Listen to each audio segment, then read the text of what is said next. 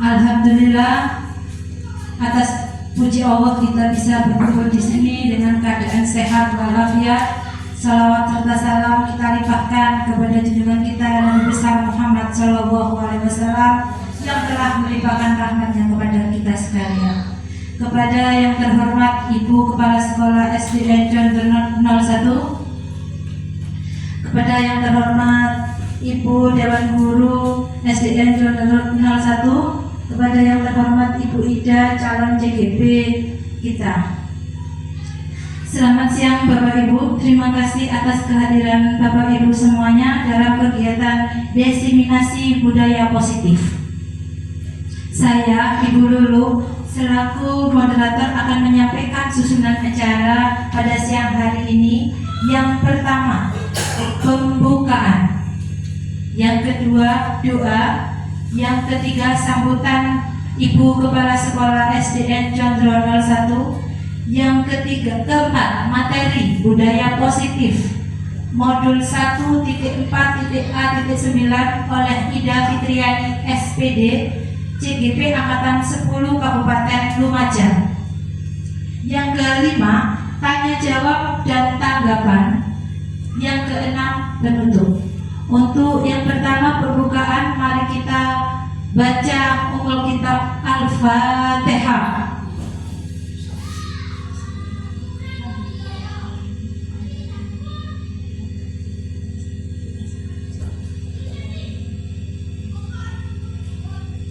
Amin. Untuk acara selanjutnya yaitu doa kepada Ibu Ain SPD, silakan monggo. Di sini pada terutama ibu-ibu yang hadir di sini dalam rangka ikut serta, termasuk di sini mohon supaya setiap tahapan yang harus dilalui oleh calon guru penggerak dalam hari ini Bu Ida, mudah-mudahan semuanya berjalan dengan lancar. Amin. Allahumma sholli wa sallim ala sayyidina Muhammad. Alhamdulillahirabbil alamin. Allahumma inna nas'aluka as-salamata wa afiyatan wa ziyadatan min ilmin wa tawbatan wa rahmatan fid Allahumma ja'alna awadan wa dhurriyyatan wa ta'amana min amrin wa Rabbana atina fid dunya hasanah wa fil akhirati hasanah wa qina adzabannar. Subhana rabbika rabbil izzati amma yasifun wa salamun alal mursalin walhamdulillahi rabbil alamin. Itu sambutan Ibu Kepala Sekolah SDN Condro 01. Monggo dipersilakan.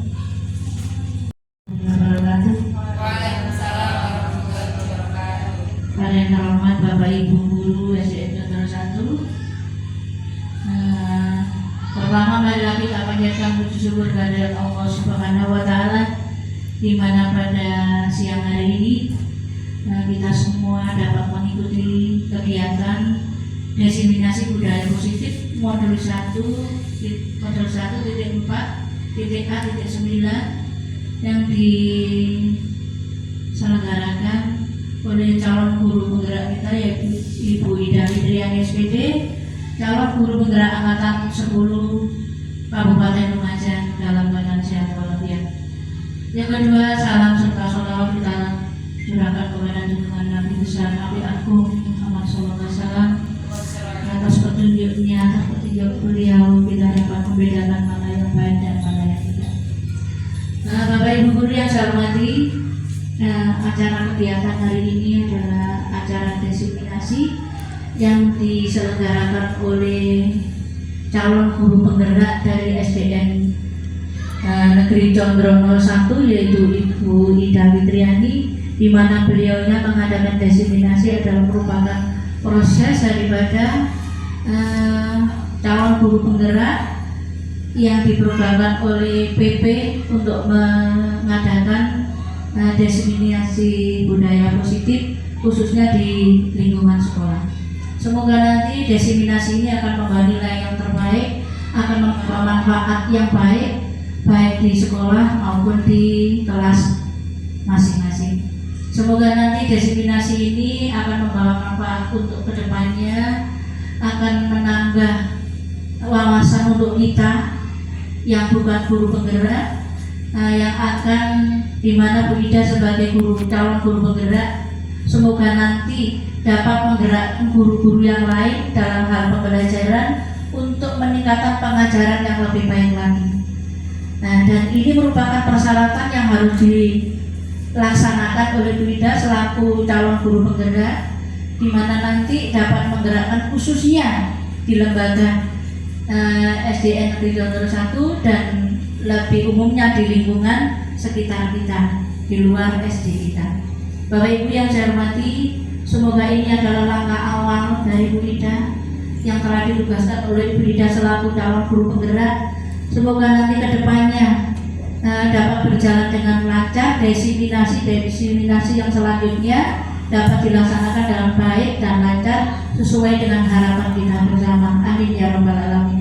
Bapak Ibu yang guru yang saya hormati, semoga di SDN Condro 01 selain Bu Ida calon guru penggerak angkatan 10 Kabupaten Lumajang, di sini juga nanti angkatan 11 adalah Bu Rini mengikuti jejak Bu Ida untuk calon guru penggerak. Bu Rini angkatan 11, Bu Ida angkatan 10. Semoga yang lainnya akan mendapat kesempatan yang sama sehingga akan menjadi guru penggerak yang berkualitas, yang mampu membangunkan, yang mampu membangkitkan kualitas belajar khususnya di SDN Negeri 01, di mana budaya positif ini adalah budaya yang akan memberikan dampak yang baik anak-anak maupun bapak dan ibu guru. Karena budaya positif di sini banyak sekali yang harus dikembangkan oleh Bu Ida untuk mencapai apa yang diharapkan, menjadi guru yang baik, menjadi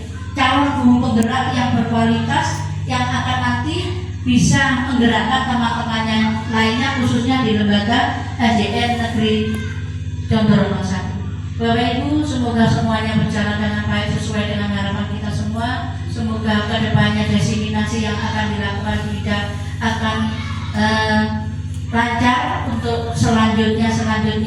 Semoga Allah meridhoi apa yang kita lakukan hari ini dan Allah mengabulkan apa yang kita doakan hari ini. Bapak Ibu guru, demikian yang saya sampaikan. Saya akhiri, salah kata, mohon maaf yang sebesar-besarnya. Assalamualaikum warahmatullahi wabarakatuh. Waalaikumsalam warahmatullahi wabarakatuh. Ini kita akan tiba pada materi pembahasan budaya positif oleh pemateri kita, yaitu Ibu Ida Fitriani SPD. Monggo Bu Ida. Assalamualaikum warahmatullahi wabarakatuh. Waalaikumsalam warahmatullahi wabarakatuh. Saya ucapkan terima kasih banyak atas waktunya sehingga hari ini kita bisa berkumpul di kelas 1 di ruang ini dengan keadaan sehat walafiat.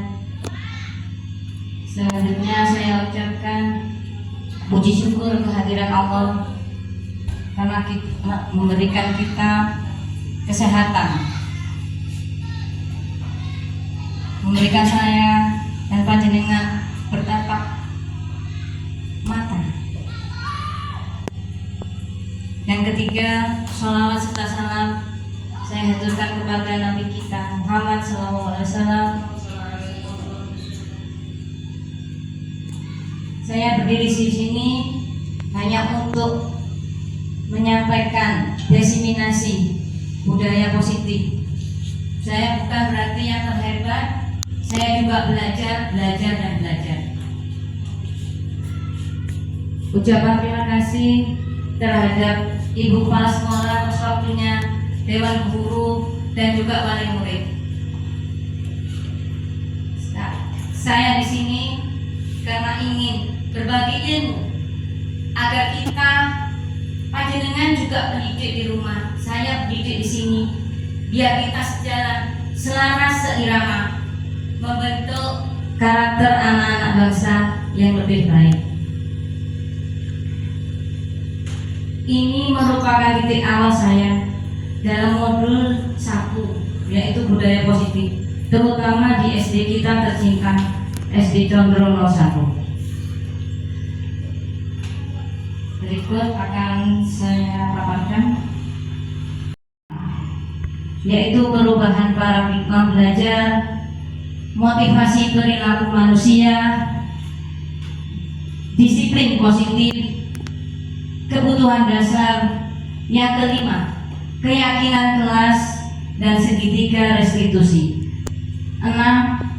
Posisi kontrol restitusi. Mungkin saya awalnya dulu juga awam, sekarang saya juga belajar. Apa itu sih budaya positif? Budaya positif adalah nilai-nilai keyakinan-keyakinan dan kebiasaan-kebiasaan di sekolah yang berpihak pada murid agar dapat berkembang menjadi pribadi yang kritis, penuh hormat dan bertanggung jawab. Untuk membangun budaya yang positif, sekolah perlu menyediakan lingkungan yang positif, aman, nyaman, agar murid mampu berpikir, bertindak, dan mencipta dengan merdeka, mandiri, dan bertanggung jawab. Salah satu strategi yang perlu ditinjau ulang adalah bentuk disiplin yang dijalankan selama ini di sekolah-sekolah kita. Penjabaran saya terhadap perubahan paradigma belajar. Mengulas pendapat Stephen Covey, bila kita ingin membuat kemajuan perlahan sedikit-sedikit, ubahlah sikap atau perilaku Anda. Namun, bila kita ingin memperbaiki cara-cara utama kita, maka kita perlu mengubah kerangka acuan kita. Ubahlah bagaimana Anda melihat dunia, bagaimana Anda berpikir tentang manusia. Ubahlah paradigma Anda, skema pemahaman dan penjelasan aspek-aspek tertentu tentang realitas.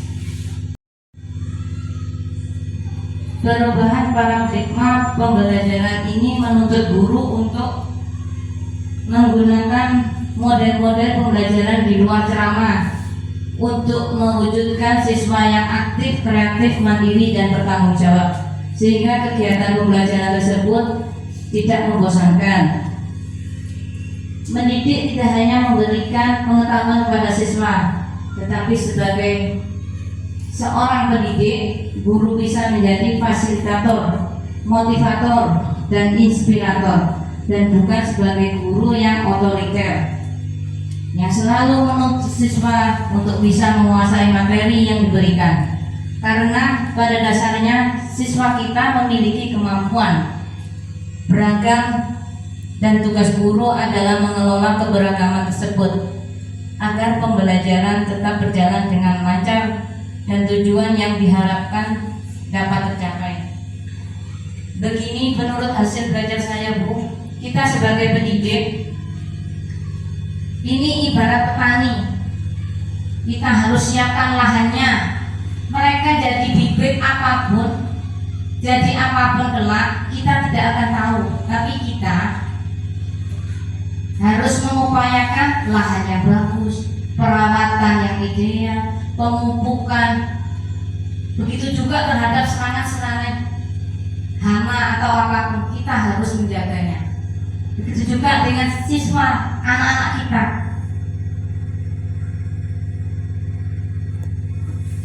Apa budaya positif terhadap perubahan paradigma belajar? Siapa yang mau memberi tanggapan? Apa budaya positif terhadap perubahan paradigma belajar?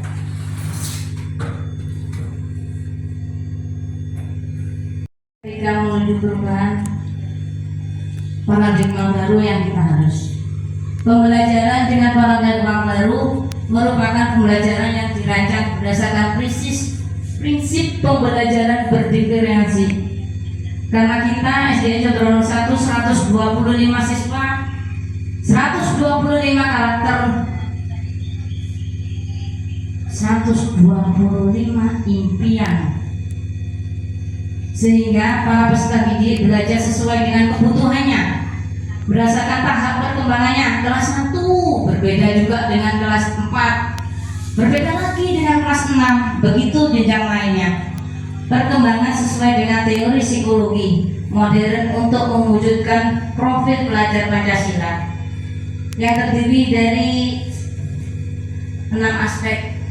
Ada beriman dan bertakwa, kebinekaan global, bergotong royong, kreatif, benar kritis, mandiri. Kalau dulu guru dituntut hanya untuk materi, harus bisa ini, misalnya kelas 1 baca, menulis, berhitung, calis hitung. Kalau sekarang tidak, kita juga menanamkan karakter-karakter sesuai dengan profil pelajar Pancasila yang terdiri ini, yang beriman, yang bergotong royong, kreatif, nalar kritis, juga mandiri, juga sesuai dengan perkembangan zaman, berkebinekaan global. Kitab miskonsepsi, bukan Miss Universe Bapak Ibu, ini miskonsepsi tentang teori kontrol. Ilusi guru mengontrol murid. Dulu biasanya kalau saya pas SD, nah gurunya takut. Waduh, bu sopo killer, bu A killer, semua cep di kelas. Ilusi bahwa semua penguatan positif, efektif dan bermanfaat. Nah oleh hadiah, wes ngaco wes. Kalau coklat, mani maju. Ilusi bahwa kritik dan membuat rasa bersalah mampu menguatkan karakter. Ilusi bahwa orang dewasa berhak memaksa. Itu saya.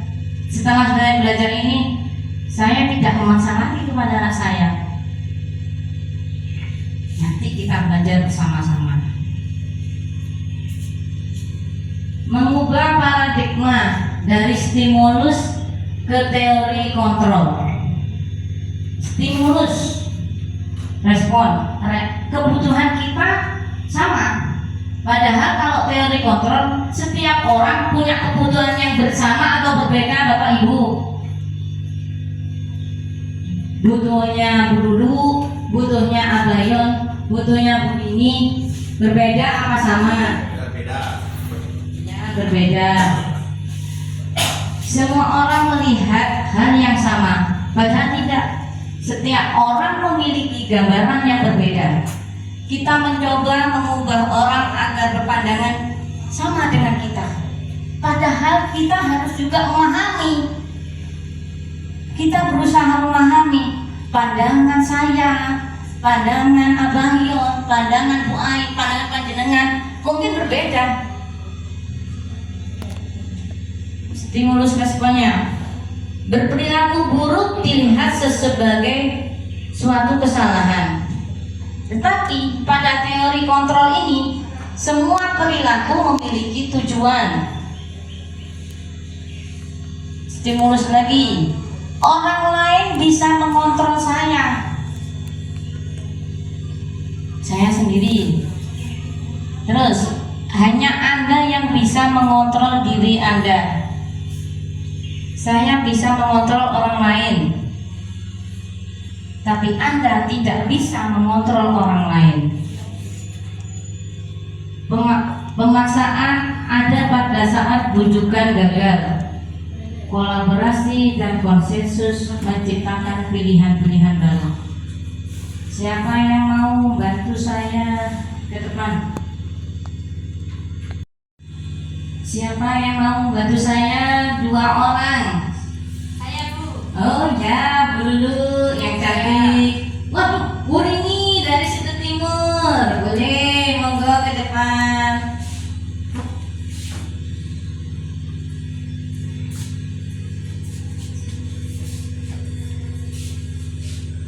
Bu Rini berteman dengan Bu Lulu. Mereka berdua bestie setelah 25 tahun di SD Condrono 1. Betul apa betul? Betul. Coba Bu Lulu tangannya menggenggam.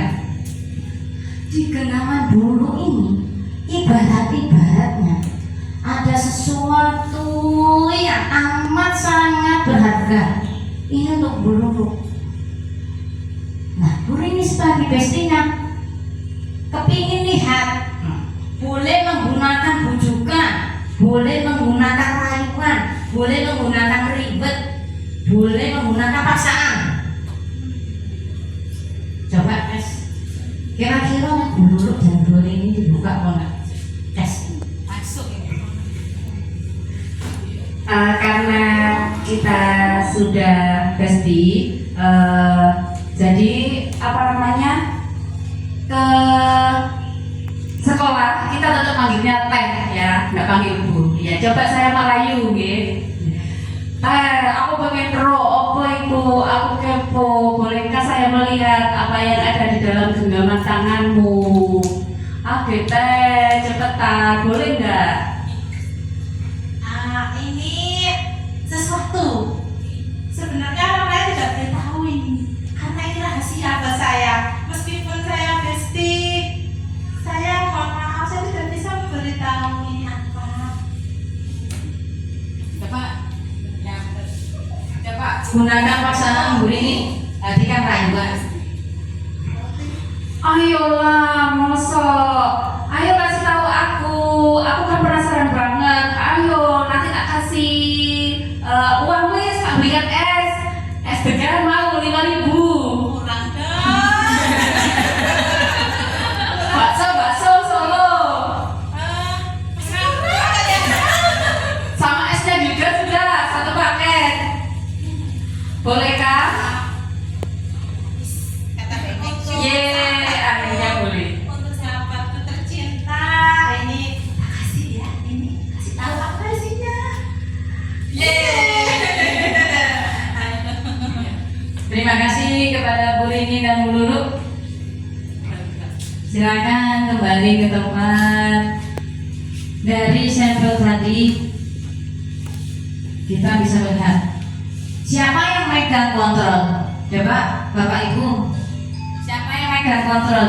Apakah Bu Rini, apa Bu Lulu? Dulu, menurut saya itu yang memakai kontrol dulu. Ya.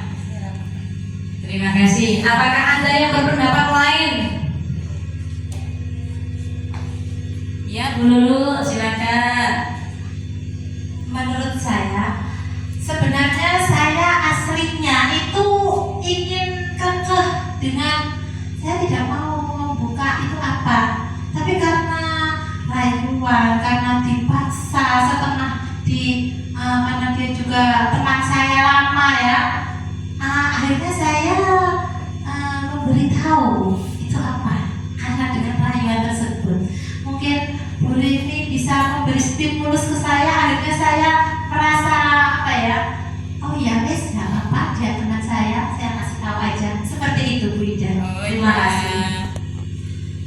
Terima kasih terhadap tanggapannya Abayon yang hebat, Bu Lulu yang hebat. Menurut teori ini memang tepat sekali. Sebetulnya teori kontrol ada pada diri kita, yaitu Bu Lulu. Yang bisa mengontrol diri kita sendiri adalah kita sendiri. Stimulus-stimulus yang dari Bu Rini, teman, atasan, kalau saya mungkin kepingin dianggap karena tidak terlambat, katanya pasti karena ada atasan gitu. Itu hanya berlakunya untuk sementara. Tetapi kalau kita bisa kontrol dari dalam diri, itu bersifat permanen. Tepuk tangan untuk kita semua. Motivasi perilaku manusia. Mengapa kita melakukan segala sesuatu?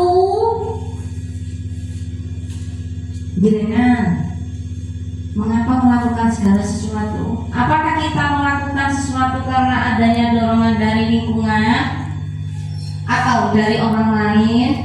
Terkadang kita melakukan sesuatu karena kita menghindari rasa sakit atau ketidaknyamanan, atau juga melakukan sesuatu untuk mendapatkan apa yang kita mau.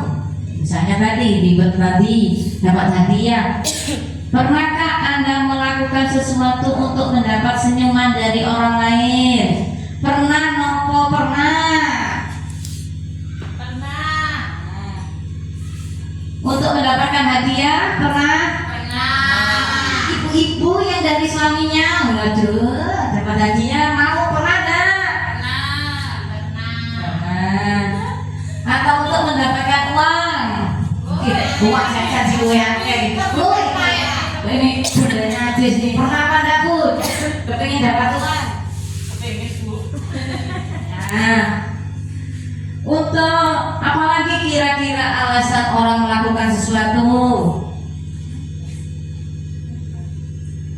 Dapat ujian. Ya betul, mendapat ujian. Menurut Gianni Gosen dalam bukunya Restricting School Discipline menyatakan 3 motivasi perilaku manusia. 1. Untuk menghindari ketidaknyamanan atau hukuman. Contohnya saya gini, ASN. Kalau terlambat berapa kali dipanggil, paling tidak ya dimarahi atasan, Budinis. Ini adalah tingkat terendah dari motivasi perilaku manusia.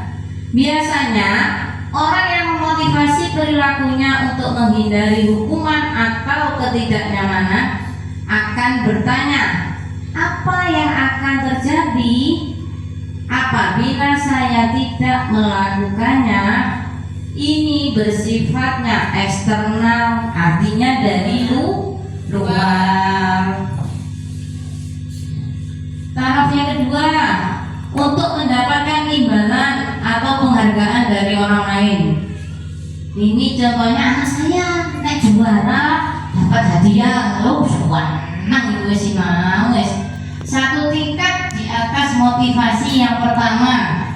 Orang dengan motivasi ini akan bertanya, apa yang akan saya dapatkan apabila saya melakukannya?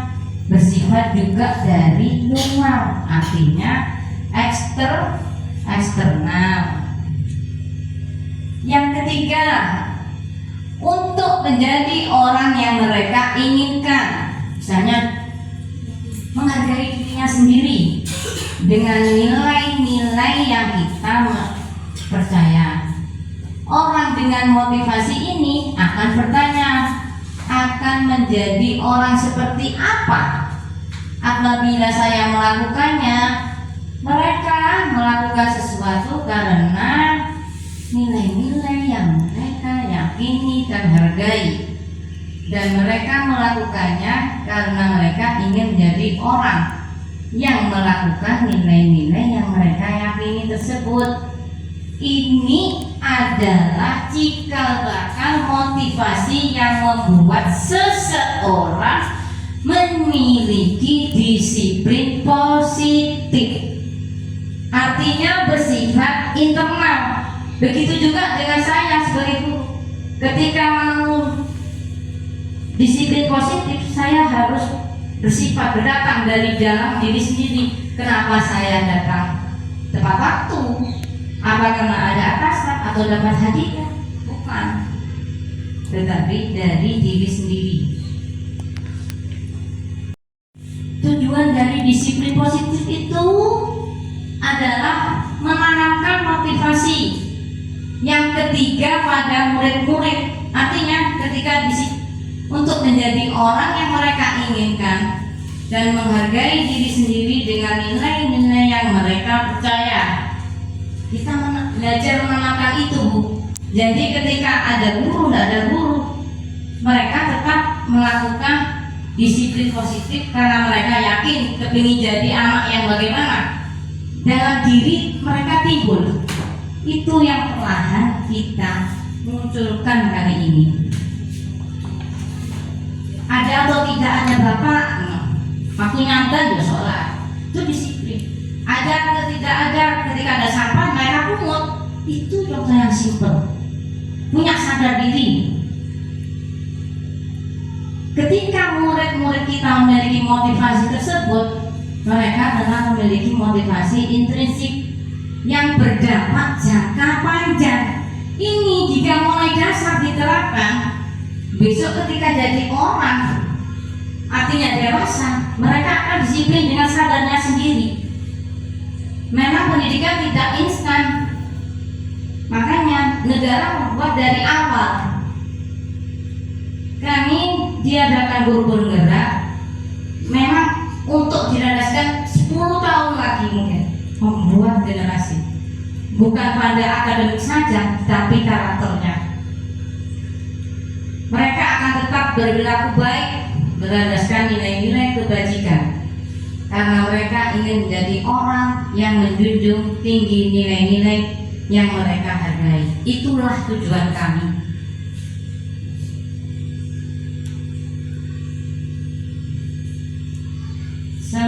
Disiplin positif, salah satu bentuk budaya positif dikembangkan di sekolah adalah menerapkan disiplin positif. Kata disiplin biasanya dihubungkan dengan hukuman, padahal itu berbeda. Karena belajar tentang disiplin positif tidak harus memberi hukuman. Tidak pakai topi kok dihukum, nek terlambat dihukum. Justru itu salah satu alternatif terakhir, paling gurih diri, paling ada sendiri. Kalau perlu tidak digunakan, tidak dipakai. Makanya mungkin kalau saya di sini terkenal dengan guru yang sabar. Wes, stop wes. Disiplin positif adalah disiplin tanpa ancaman. Nggak boleh ngancem. Apa sih? Tak kerja ngopi apa yang besok ya? Tak kau ngajar nih lagi papan tulis. Tidak ada guru lagi gitu. Disiplin positif dapat dibuat melalui kesepakatan antara guru dan siswa agar siswa merasa terlibat, tanggung jawab menjalankan disiplin tersebut. Untuk menuju itu memang tidak mudah. Semangat. Penerapan disiplin positif merupakan salah satu kriteria yang dapat dipraktekkan oleh peserta didik dalam bentuk hukuman yang lebih mendidik dan membentuk karakter. Ini di lembaga kita tercinta SDN Condrono 1 ada sholat duha, membaca hafalan surat-surat pendek, juz amma, memungut sampah, kerja bakti, membaca buku, literasi, membersihkan kelas, Jumat berkah, dan sebagainya. Sebagai pendidik, tujuan kita adalah menciptakan anak-anak yang memiliki disiplin diri sehingga mereka bisa berperilaku dengan mengacu pada nilai-nilai kebajikan universal dan memiliki motivasi intrinsik, motivasi dari dalam diri, bukan yang dari luar. Karena sudah nyampe 4, ice breaking dulu ya. Siap, berdiri. Tepuk satu, bisa ya? Ya.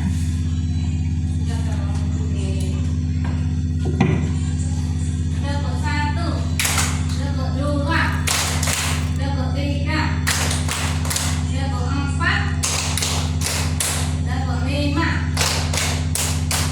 Oh iya. Saya 2 kali tepuk 5. Sip. Terima kasih Bapak Ibu, hebat. Dasar. Setiap orang pasti punya kebutuhan dasar. Hidup pun juga begitu. Saya emak-emak juga begitu, punya kebutuhan dasar. Sekarang ini kebutuhan dasar manusia. Ada 5 kebutuhan dasar manusia. Kebutuhan bertahan hidup. Kebutuhan bertahan hidup, survival, adalah kebutuhan yang bersifat psikologis untuk bertahan hidup. Misalnya kesehatan, rumah, makan, pasti itu. Yang kedua, kasih sayang, rasa diterima, kebutuhan untuk diterima, kebutuhan untuk disayangi dan diterima, meliputi kebutuhan akan hubungan dan koneksi sosial, kebutuhan untuk memberi dan menerima kasih sayang, dan kebutuhan untuk merasa menjadi bagian dari suatu kelompok. Panjenengan misalnya di rumah, di sini di paguyuban juga kepingin diterima, disayangi, dirangkul. Saya juga iya di Dewan Guru SD Condro 1 kepingin disayang, diterima, itu termasuk kebutuhan juga. Yang ketiga, penguasaan, kebutuhan pengakuan atas kemampuan, kekuatan untuk menjadi komponen, menjadi terampil, diakui. Oh, Bu Ain ahli dalam agama, Bu Dati ahli dalam menerangkan penjabaran. Itu termasuk kebutuhan pengakuan kemampuan. Harga diri. Anak-anak juga memiliki kebutuhan dasar akan penguasaan, ingin menjadi pemimpin. Contoh kecil kelas 1, ya ingin nyiapkan, selalu nyiapkan, mimpin doa, tuh maju ke depan. Ada anak yang begitu. Mereka juga suka mengamati sebelum mencoba hal baru dan merasa kecewa bila melakukan kesalahan. 4. Kebebasan kebutuhan akan pilihan. Kebutuhan untuk bebas adalah kebutuhan akan kemandirian, otonomi, memiliki pilihan dan mampu mengendalikan arah hidup seseorang. Anak-anak dengan kebutuhan kebebasan yang tinggi menginginkan pilihan. Mereka perlu banyak bergerak, suka mencoba-coba, tidak terlalu terpengaruh orang lain, dan senang mencoba hal baru dan menarik. Ini anak-anak, saya pun juga suka kebebasan. Kesenangan, kebutuhan untuk merasa senang. Kebutuhan akan kesenangan adalah kebutuhan untuk mencari kesenangan, bermain dan tertawa. Anak-anak dengan kebutuhan dasar kesenangan yang tinggi biasanya ingin menikmati apa yang dilakukan. Mereka juga bisa berkonsentrasi tinggi saat mengerjakan hal yang disenangi. Ini termasuk tipe anak yang kinestetik, suka bergerak, suka mencoba. Semua orang senantiasa berusaha untuk memenuhi kebutuhan dengan berbagai cara. Bila mereka tidak bisa mendapatkan kebutuhan dengan cara yang positif, mereka bisa melanggar peraturan, melakukan hal-hal yang tidak sesuai dengan nilai-nilai kebajikan. Pertanyaannya, apa yang dapat dilakukan oleh seorang pemimpin sekolah dan guru berdasarkan konsep 5 kebutuhan dasar ini dalam rangka mewujudkan lingkungan dan budaya sekolah yang positif? Yuk Bapak Ibu, siapa yang mau menanggapi pertanyaan? Apa yang bisa dilakukan kepala sekolah, kita juga sebagai guru, untuk mewujudkan lingkungan budaya sekolah yang positif berdasarkan 5 kebutuhan dasar? Kan ada beberapa macam anak. Tadi ada yang suka bergerak, kepingin senang-senang, belajarnya kepingin happy, kepingin sing merdeka, sing kepingin jadi pemimpin tadi.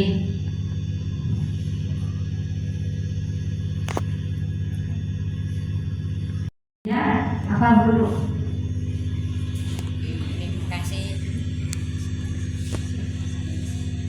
Untuk pertanyaan apa yang dapat dilakukan oleh seorang pemimpin sekolah dan guru berdasarkan 5 konsep kebutuhan dasar ini, dalam rangka mewujudkan lingkungan dan budaya sekolah yang positif.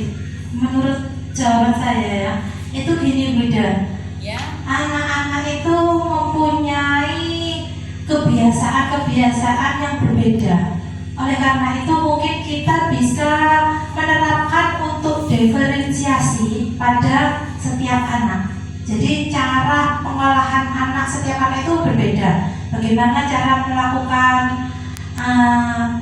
memberi materi atau pembelajaran kepada anak itu tidak sama. Misalkan anak si A, mungkin dia sukanya bergerak tadi. Kita fokuskan dia mungkin dalam hal olahraga. Mungkin ada yang sukanya apa, itu menurut pendapat saya. Mungkin ada yang ingin menambahkan, monggo. Tanggapannya sangat luar biasa, bagus sekali.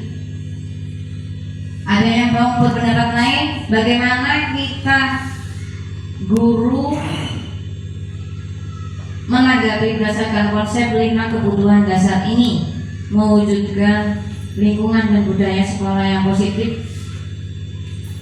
Ya, ada? Oh iya, adanya, monggo. Dalam rangka menumbuhkan budaya positif di sekolah gitu ya. Di sini tadi sudah diterangkan bahwa ada reward ya. Kita memberi hadiah atau pujian. Bahkan juga di situ disebutkan ada punishment, yaitu yang berupa hukuman. Jadi di sini adalah menurut kami itu harus pintar-pintarnya seorang guru. Kapan kita memberikan hukuman pada anak-anak, tetapi yang positif dan menumbuhkan jiwa kreatif mereka, kemudian kesopanan dan sebagainya. Kemudian di lain waktu kita juga harus secara imbang memberikan reward. Reward ini bisa berupa seperti tadi yang dipraktekkan oleh Bu Lulu dan Bu Rini, bisa berupa hadiah, walaupun itu bukan hadiah yang spesial atau sangat berharga. Bisa di situ kita misalnya memberi permen atau memberi gambar-gambar yang baik, atau juga bisa berupa pujian. Nah, gitu. Disitulah bagaimana kita dalam hal ini kreatif kita seorang guru bisa mempraktekkan, bisa memberikan kepada anak-anak itu yang penting itu rasa percaya diri dan merasa, istilah orang Jawa itu diakui lah di uang gitu ya. Walaupun seperti yang katanya Bu Nur tadi, memang harus kita akui setiap siswa itu punya karakternya sendiri-sendiri, juga punya cara sendiri-sendiri agar dia bisa menangkap apa ya pelajaran yang kita berikan. Ada yang tadi harus melalui visual, melalui audio visual, ataupun yang konkret ya seperti yang sudah disebutkan tadi. Jadi di sini kita garis bawahi supaya bisa apa yang perlu dilakukan seorang guru agar tercipta budaya positif, yaitu tadi kita secara kreatif memberikan reward dan punishment tadi kepada anak-anak sehingga timbul budaya positif yang kita harapkan. Terima kasih. Bapak Sugiono, SPD SD, sangat hebat sekali jawabannya. Ini guru senior saya. Tok Bapak Ibu, ternyata pengalaman memberikan kemampuan. Selama berapa puluh tahun Mbak ya mengajar? Ya 25. Beri aplaus untuk Akayam. Tepat sekali Bapak Ibu. Memang seorang guru dituntut kreatif, inovatif, mewadahi pembelajaran yang berdiferensi. Bagaimana memenuhi kelima kebutuhan dasar dari anak-anak murid kita, mencukupinya agar dia tidak menjadi anak yang mungkin nilai kebajikannya berkurang. Jadi dia memiliki nilai-nilai positif. Kita harus memberikan kecukupan terhadap kelima kebutuhan dasar itu, baik yang tadi kepingin diakui, kepingin kesenangan, kepingin kebebasan, kepingin macam-macam itu. 5 dasar itu jika kita mampu mewadahi, maka mereka akan jadi anak hebat. Selanjutnya, keyakinan kelas dan segitiga restitusi. Keyakinan kelas merupakan sesuatu yang dapat diterapkan di lingkungan kelas tersebut. Pembuat keyakinan melibatkan semua warga kelas melalui kegiatan curang pendapat. Keyakinan disebut juga dengan nilai-nilai keselamatan. Kalau kita membuat keyakinan kelas, biasanya di awal pelajaran.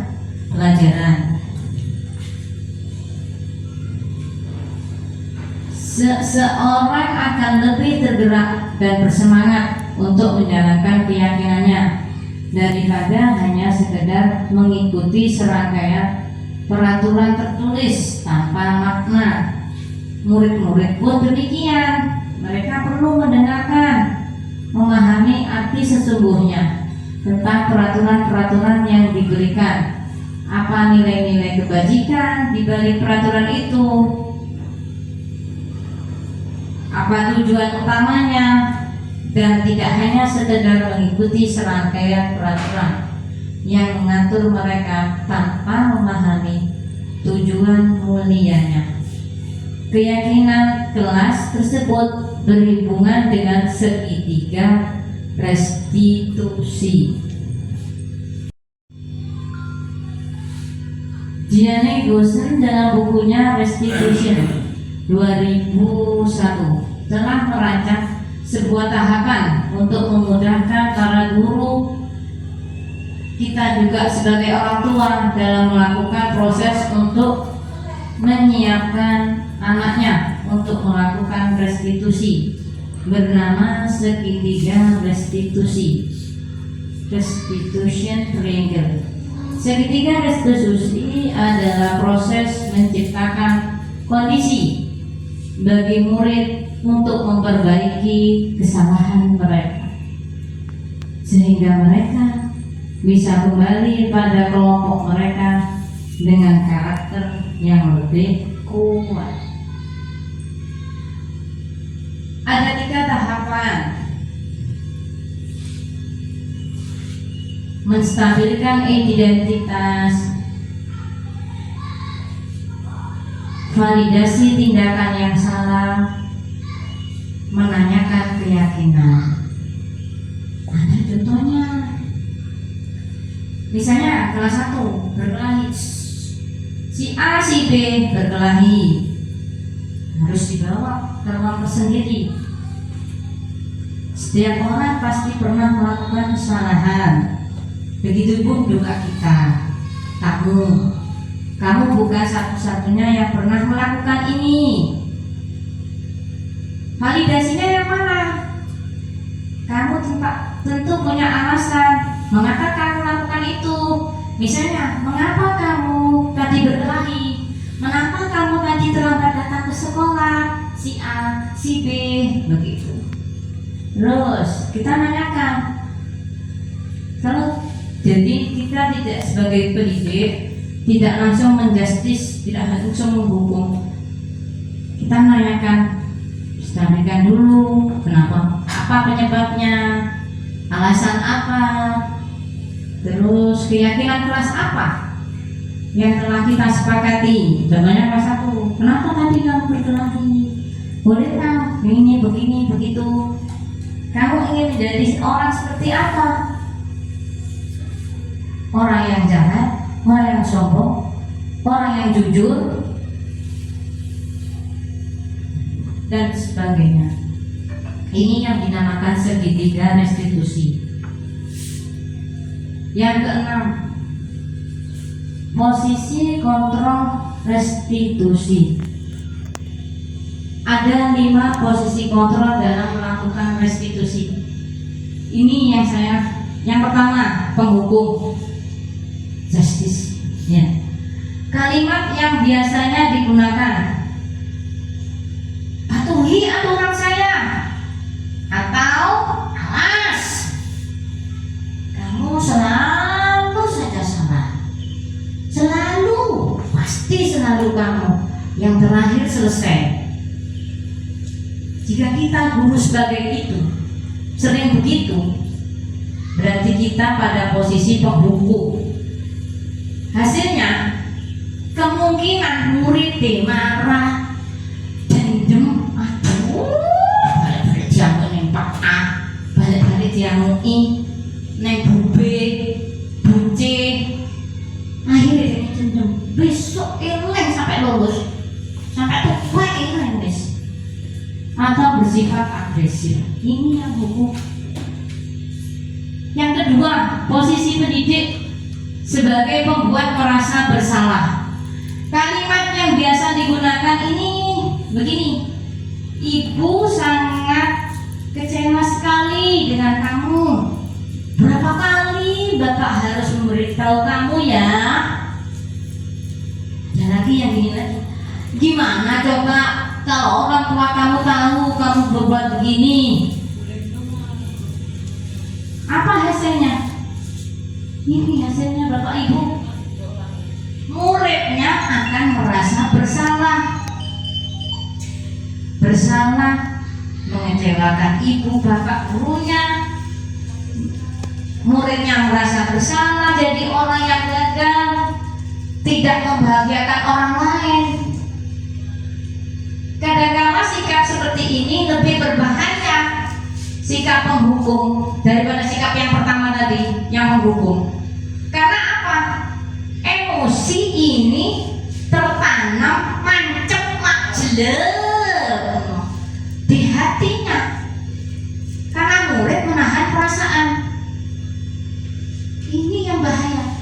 Kita sebagai pendidik, sebagai guru harus hati-hati.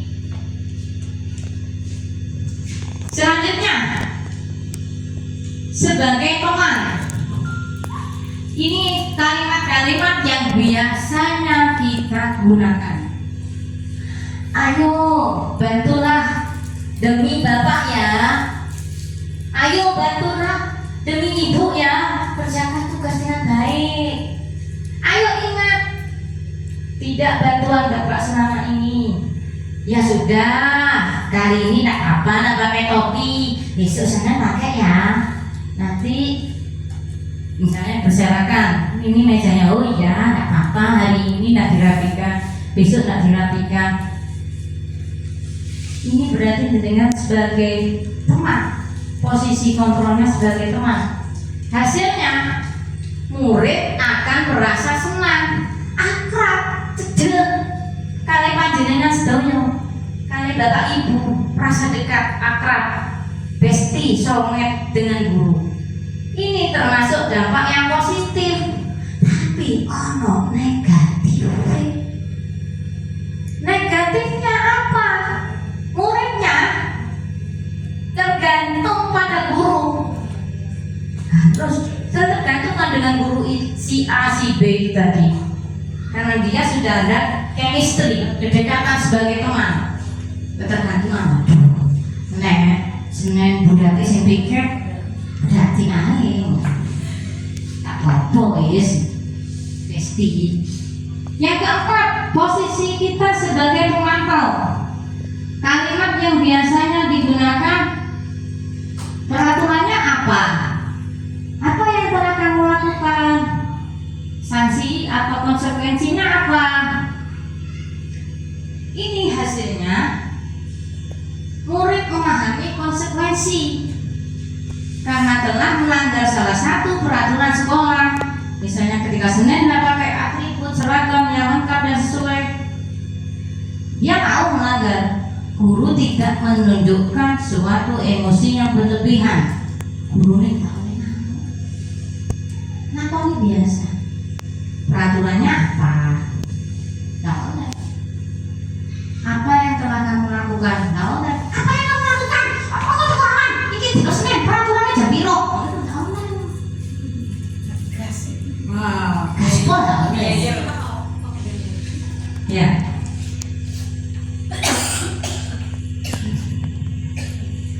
Murid tetap dibuat tidak nyaman. Apa nggak nyamannya? Harus tinggal kelas. Misalnya nggak selesai mengerjakan, muridnya tinggal jam istirahat, dia mengerjakan tugas. Guru memantau murid pada mengerjakan tugas di jam istirahat, karena murid tidak bisa ditinggal seorang diri. Ini ketika kita pada tempat posisi pemantau, kudu dampingi, mantau terus. Ini tidak ada guru juga, orang tua juga gitu. Yang kelima, posisinya ketika menjadi manajer. Kalimat yang biasanya digunakan manajer. Kalau di direktur di PTPP, manajer, keren bahasanya. Kalimat yang biasanya digunakan, apa yang kita yakini, kembalikan tadi kepada keyakinan kelas. Apakah kamu meyakininya? Jika kamu meyakininya, apakah kamu bersedia memperbaikinya?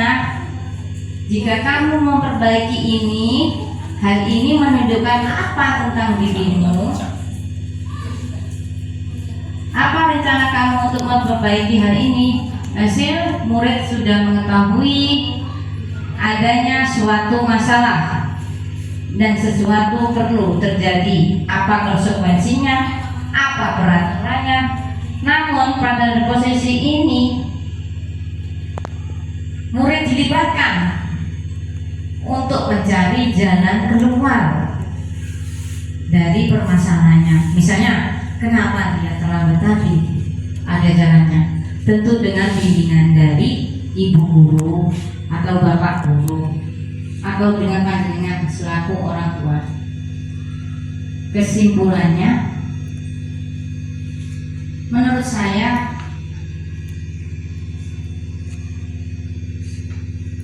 ada hal-hal lain yang penting untuk dipelajari dalam proses menciptakan budaya positif di lingkungan kelas maupun sekolah.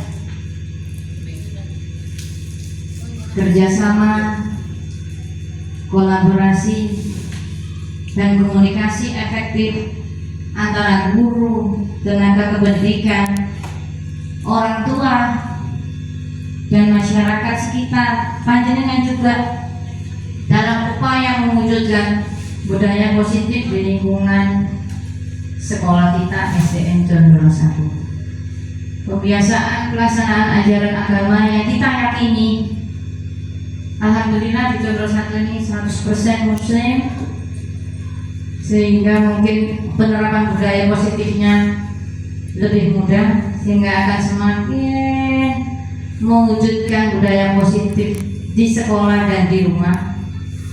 Evaluasi secara berkala terhadap pelaksanaan budaya positif di kelas dan sekolah, pembuatan slogan-slogan terkait budaya positif di area kelas atau lingkungan sekolah, dan sebagai upaya mengingatkan dan menanamkan budaya positif dalam diri siswa.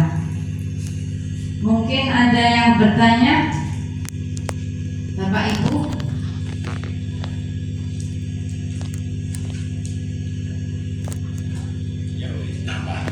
Ya, apa ya? Persilakan. Sesuai materi tadi yang dikasih dari kawan kita, pertanyaan saya yaitu ini Bu, apakah dengan kita memberikan reward kepada anak-anak gitu ya, apakah itu efektif untuk mengubah perilaku atau menjadikan anak-anak berperilaku positif? Yang kedua, efektifnya itu berapa persen itu? Nah, seandainya itu tidak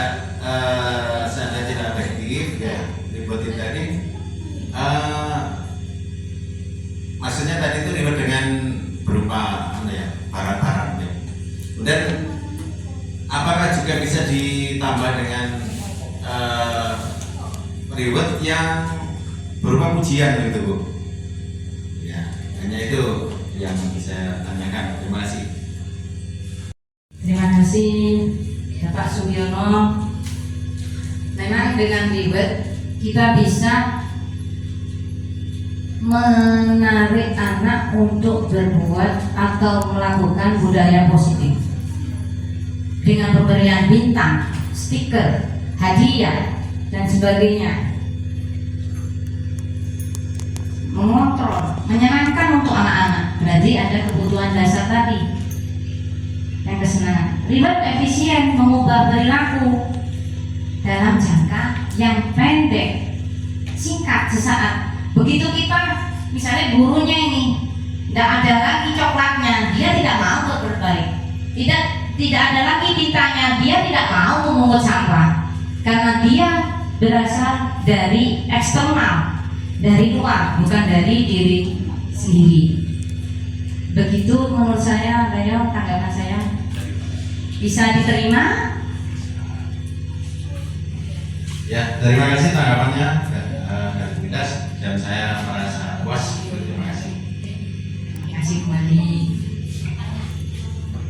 Ada yang mau bertanya lagi? Oh, Anda Bu Rini, dipersilakan. Assalamualaikum warahmatullahi wabarakatuh. Nama saya Rini Sudarwati, saya guru kelas 4 SDN Jatral 1. Sebagai guru, kadang di dalam kelas kita suka terpancing emosi ketika anak-anak melanggar aturan kelas. Yang ingin saya tanyakan di sini, bagaimana caranya supaya kita sebagai guru tetap tenang dan lancar dalam menerapkan disiplin positif. Terima kasih. Terima kasih Bu Rini Sudarwati, guru hebat SDN Jogorono 1. Pertanyaan yang sangat bagus sekali. Memang betul, sebagai manusia biasa ketika anak melanggar, kita emosi manusiawi.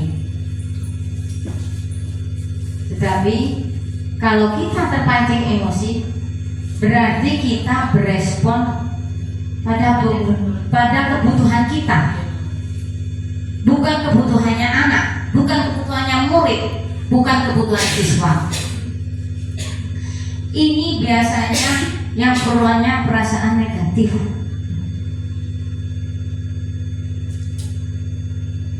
Asumsinya berarti jelek kalau kita marah-marah. Kalau kita sudah bersepakat bersama, maka pada saat anak melanggar, anak melakukan kesalahan, kita ajak dia berdiskusi, berbicara dari hati ke hati. Kita tampilkan dia nilai-nilai kesepakatan, nilai-nilai universal. Dia kepingin jadi apa? Insya Allah kita dekati dia perlahan. Kita ketuk dari dalam hatinya, dia insya Allah akan mengubah dirinya, mengubah mindsetnya. Begitu menurut saya Bu Rini. Terima kasih atas pertanyaannya yang sangat hebat. Apakah sudah terpuaskan? Ya, alhamdulillah sudah. Ya, terima kasih banyak atas jawabannya. Terima kasih. Saya rasa pemaparan saya kali ini pada kesempatan ini sudah cukup. Demikian diseminasi tentang budaya positif. Semoga bermanfaat. Saya kembalikan kepada moderator. Bila ada salah-salah kata, saya mohon maaf karena saya ada manusia biasa. Jika ada yang baik, mohon diterapkan karena saya dan panjenengan semua adalah mitra. Kami guru, panjenengan wali murid adalah mitra. Saya tidak bisa apa-apa tanpa panjenengan semuanya. Marilah kita luruskan, jalankan, mendidik anak-anak kita lebih baik lagi. Wassalamualaikum warahmatullahi wabarakatuh. Waalaikumsalam warahmatullahi wabarakatuh. Alhamdulillah, demikian diseminasi tentang budaya positif yang disampaikan oleh Ibu Ida. Semoga diseminasi tersebut bermanfaat untuk kita semua. Amin, amin, ya rabbal alamin. Sebagai penutup, marilah kita membacakan hamdalah bersama-sama. Alhamdulillahirabbil alamin. Saya selaku moderator mohon maaf apabila ada salah kata dan perbuatan. Wassalamualaikum warahmatullahi wabarakatuh. Waalaikumsalam warahmatullahi wabarakatuh. Assalamualaikum warahmatullahi wabarakatuh. Perkenalkan, nama saya Sugiono SPD SD yang berdinas di SDN Condro 01 Pasirian, Kecamatan Pasirian. Adapun pada kesempatan ini saya mengomentari diseminasi dari Bu Ida Fitriani tentang budaya positif, gitu ya. Menurut saya apa yang sudah disampaikan oleh Bu Ida Fitriani ini sangat bermanfaat, ya, karena di sana disampaikan yaitu tentang budaya-budaya positif yang bisa kita tanamkan pada anak-anak. Juga di situ disebutkan juga tentang segitiga restitusi yang semuanya itu bermanfaat, termasuk bagaimana kita membuat keyakinan kelas, gitu ya. Hal-hal yang disampaikan oleh Bu Ida ini saya anggap, saya nilai, maksud saya itu adalah sesuatu yang sangat bermanfaat bagi kita untuk mendidik anak-anak supaya nantinya bisa bertanggung jawab pada dirinya sendiri. Nah, begitu ya. Jadi ada hal positif secara internal yang dimiliki anak-anak. Bagaimana kita ke arah situ tadi sudah disampaikan oleh Bu Ida. Jadi saya menyampaikan terima kasih sebanyak-banyaknya kepada Bu Ida Fitriani dan semoga sukses menjadi guru penggerak. Terima kasih. Assalamualaikum warahmatullahi wabarakatuh. Assalamualaikum warahmatullahi wabarakatuh. Nama saya Rini Sudarwati, saya guru kelas 4 SD Negeri Condro 01. Di sini saya akan memberikan umpan balik kepada Ibu Ida Fitriani tentang diseminasi budaya positif yang telah beliau sampaikan. Pertama, saya ingin mengucapkan terima kasih yang sebanyak-banyaknya kepada Ibu Ida Fitriani yang telah memberikan ilmu pengetahuan kepada kita tentang paradigma belajar bahwa sesungguhnya yang mempunyai kontrol terhadap diri kita adalah diri kita sendiri. Orang lain tidak dapat memberikan kontrol kepada diri kita tanpa seizin kita. Maka dari itu, siswa mempunyai kendali terhadap ilmu pengetahuan yang ia telah dapatkan. Kami juga dapat pengetahuan baru dari diseminasi budaya positif ini, yaitu bahwasannya untuk membuat keyakinan kelas itu harus ada kesepakatan atau dibuat bersama antara siswa dan guru. Itu saja umpan balik yang bisa saya sampaikan kepada Ibu Ida Fitriani. Kurang lebihnya, wassalamualaikum warahmatullahi wabarakatuh. Assalamualaikum warahmatullahi wabarakatuh. Nama saya Lilis Haryati, SPD, Kepala Sekolah SD Negeri Condro 01, Kecamatan Pasirian, Lumajang, Jawa Timur. Pertama, marilah kita panjatkan puji syukur kehadirat Allah Subhanahu wa Ta'ala, di mana pada pagi hari yang sangat sejuk